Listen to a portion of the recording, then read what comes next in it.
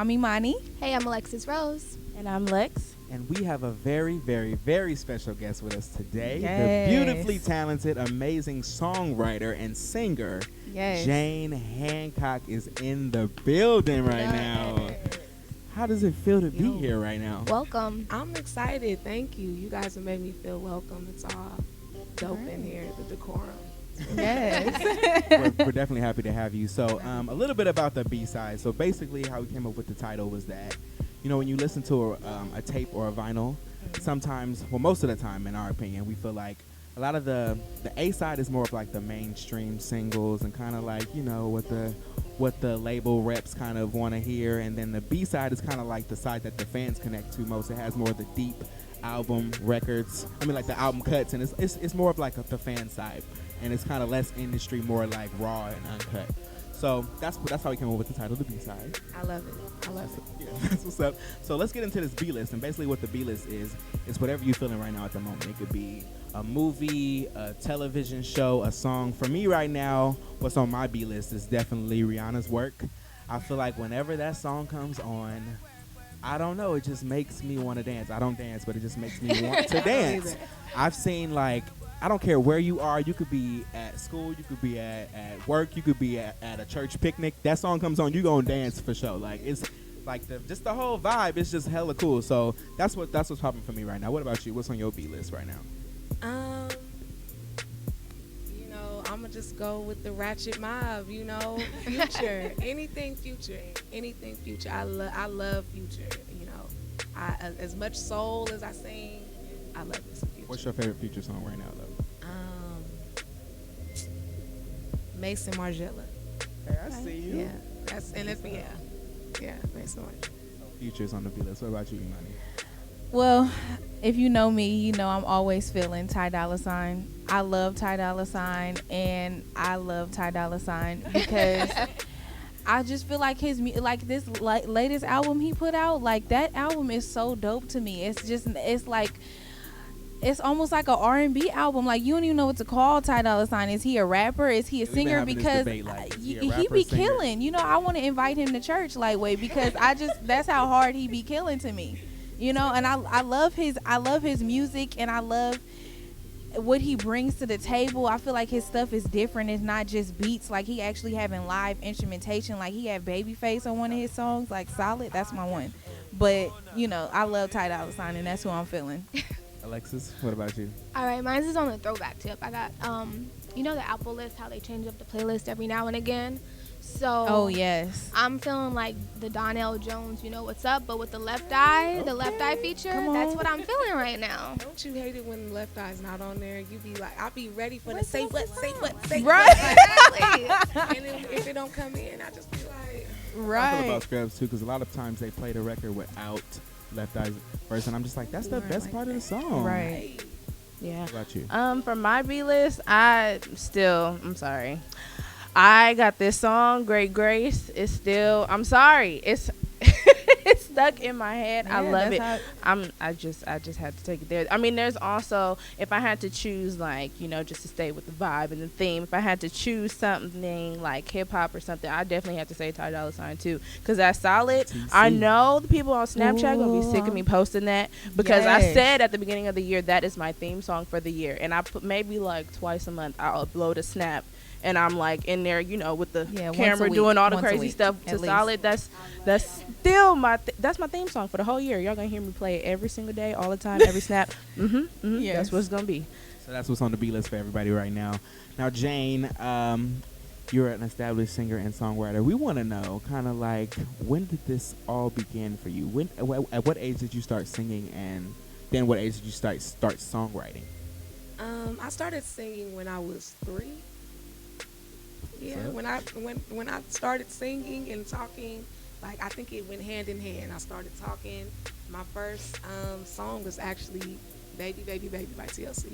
So, you know, I was just always into music. And then I started writing probably when I was 15, when I was in high school. And then I professionally, I'll probably say I started when I was 20. That's what's up. Yeah, For I sure. just told my, yeah. Okay, so I know you're an OSA alum just like me, and I just want to know, like, what was your first step after you graduated from OSA into like getting into the music industry? Like, what did you do to really tap into that? Honestly, my first maybe 2 years out of high school were probably rough because I was just lost. I was like, I was kind of prompted to do the college thing. Right, right. I was never really studious. I was always somebody who was just into the arts. I got Right. all A's when it came to arts and C's and NC ones. I remember them NCs. No credit. So, I was kind of like that. But so I had dropped out of college, and I really didn't tell my family. I was just going to the studio. I was, going to school, acting like I was going to school, getting up. Wow. And then I literally bail and go to the studio. Man, that's And, crazy. I just kind of followed, I just kind of made an executive decision. I was just like, I can't do it anymore. And it wasn't for me. So I, started just going into the studio. Every chance I got, it was studio, and meeting people, sneaking into clubs and stuff like that. Wow. Not trying to do the other thing, but really network. So, I felt really kind of lost, but it just all came together, praying and hustling. Yeah. That's what's up. Yeah. So, you've worked with a lot of different people, and there's like an article. There's a few articles that was written about you. The Singers Room article, and this is R&B article, and a few other ones. Alexis, you kind of want to get into some of the stuff that you read in the article?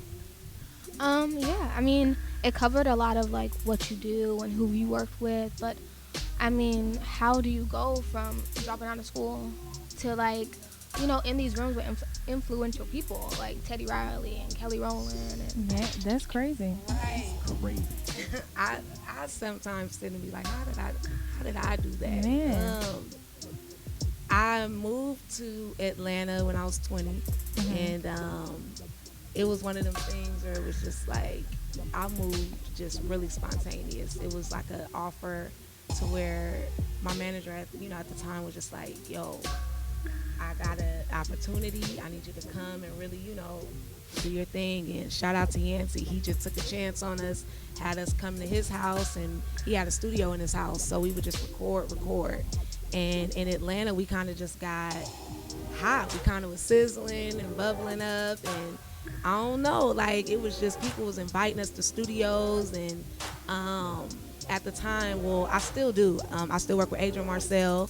It was him and I. It was just me and him, and in the basement, late nights, just working on music. And then it turned from that to people actually wanting to have meetings with us, and we in studios literally across the hall from Drake and Future. Wow. And just talking. It was just weird. I think that's why I love me some Future, because I seen how he started. Well, somewhat of the build up. It was like he was just getting his little dreads twisted up, sitting, just being chilling, and to be in that. And I could really say Atlanta is really what made me say, look, I'ma just do this. I never left home ever.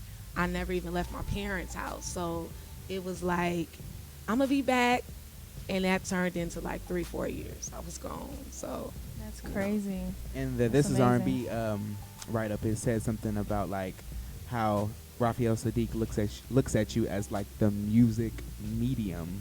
And when I read that, I was like, what? How does that feel to be able to for someone that influential to recognize he calls you a music medium? it's a huge title. that's like my uncle. I call him Uncle Ray. Uncle Ray just, it's great. I remember it would be times when I'd go to LA and I'd literally walk past the studio or walk around the area. And I didn't know I was going to somebody else's studio session, just wanting a break. And for me to be sitting in this studio, and I'm like, dang, I used to be over here, and I'm here in this room. And for him to just really hold me up to a standard is it's surreal. I'm like, wow, and for him to give me them talks and stuff, it's just really dope. So, I just try to hold it and rep it. If he's saying I'm that, then I gotta. That. I'm back. Exactly. Have no. You've worked with several people, Kehlani, Tank, Keke Palmer, Kelly Rowland, Big Crit, Tyrese. Speaking of Tyrese, there's like this, he kind of got on Instagram and he challenged a lot of the R&B singers to do the R&B challenge. And basically what the R&B challenge is basically like, he basically challenged them to make an all R&B album with no hip-hop features. Now, my question is for everybody, like, what do y'all think he was trying to get at? Like, do you feel like, is there something wrong with making an R&B album with hip-hop features? Does it take away from the genre, or is it like, what? I feel like, nowadays it's like a lot of people don't do like real R&B albums per se. They feature hip-hop artists and stuff like that, I guess for publicity or whatever reason. So I think he was just trying to get back to how it used to be, like when R&B first started, like that real timeless type of music. Because now you hear a lot of songs and after a year you don't want to hear it no more. But like back in the days, that real R&B music, like you could still listen to that over and over and it still feels good. Staple. Right, and so I think that was just basically the point of his challenge, was to like get back to the old time way, if I could say it like that. But you get what I mean, like get back to how the real R&B used to be. I think that was basically What do you think, Jane? Yeah, I agree. I just, I think that's really, it's just a lot of gimmicks in what's going on right now.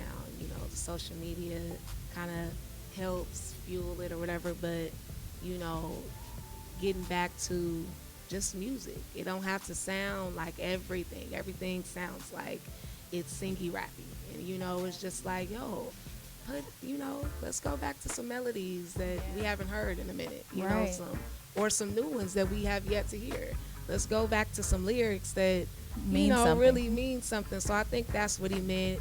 And in his way, he displays it how he displays it. But I think that's what he meant. That's what I took from it. Yeah. So, were you gonna say something? Okay, so my question, it kind of goes with that. As far like, so do you think that R&B as a genre itself is in trouble? Like, would you say that genre is in trouble? Because like our parents used to be like, my music back in the day, we used to have this, we used to have that, and like we're not even that old, and we're at that point where we're telling people like music back in the day, like our old R&B, yeah, like that was real music. Like we're at that stage that our parents was at, like telling us. So if we saying that now, what do you think about the genre of R&B as a whole? Like, do you think we really like in struggle city? This is a talk I have a lot. I just think it kind of fell into a place of, I don't even know the word for it. Just real kind of like, like it fell into. And look, these were like my joints back in the day. No like shade, but like the right third and the yes. It was like I was hitting too. Yes. But it was like music in general kind of went there for a minute. But like it was a lot of those, and that was just one that was like the one. But it was a lot of that, and it was just like okay. And I think R&B kind of shifted. It kind of with the sound with that, so I think it kind of went into like a weird space, but it's a lot of people coming back that are like really underground. I listen to a lot of underground in a sense, but they are actually starting to get the recognition internet, Kehlani, absolutely. a lot of them type of people, You. BJ, right? Right. Godspeed. Like, BJ the Chicago kid, a lot of them, Adrian, just a lot of people who are underground, but still, they're, I think it can come back to a nice vibe for us if we can just kind of keep things like this. This is the type of stuff that matters, when, you have a group of people who are sane, very liberal and logical in their thinking. We need that. A lot of people don't like to tap in like that. So right. Getting more people tapping in. I'm sorry. I think like it's crazy to me when I think about it, R&B, because for instance, Ty Dolla $ign, we're like, is he a rapper? Is he a singer? I feel like it's so many rappers who are reaching out to the R&B artists to do the hooks. So it's like they know, like there's some consciousness about R&B. Like we still need that, we wanted that, you know. So it's like for R&B to go away from what it is and clearly what it's known for, because how many hip hop songs got Chris Brown singing on the hook, or somebody is on there, or the rappers are sing-songy with their raps, So it's like R&B clearly is still something that people appreciate and people really recognize, that this is something that needs to stay around. But it's just crazy that people who I guess are a little bit more musically aware or like really wanting to hear real raw R&B are like, are we in trouble? That like it's crazy that that's even a question. I just think it needs to.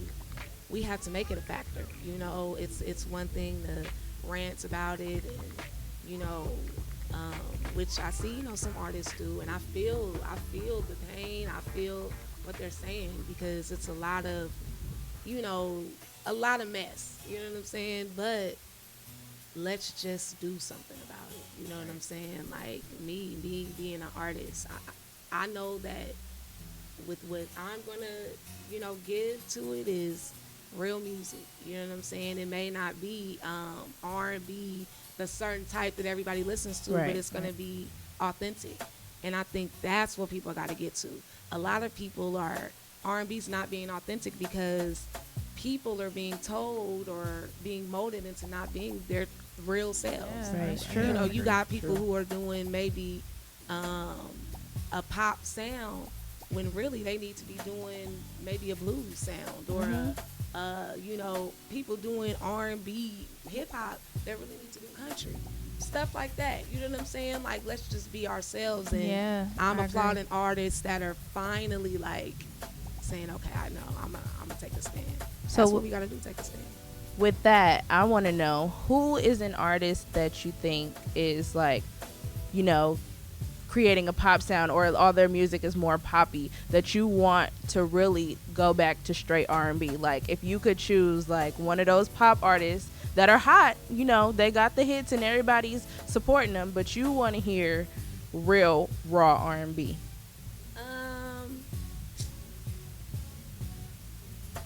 I'll say who I like because I can get real me.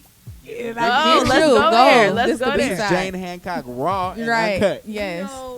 I love me some Usher. Like Usher is like my boo. Something be rooted in my head. Right. Yeah.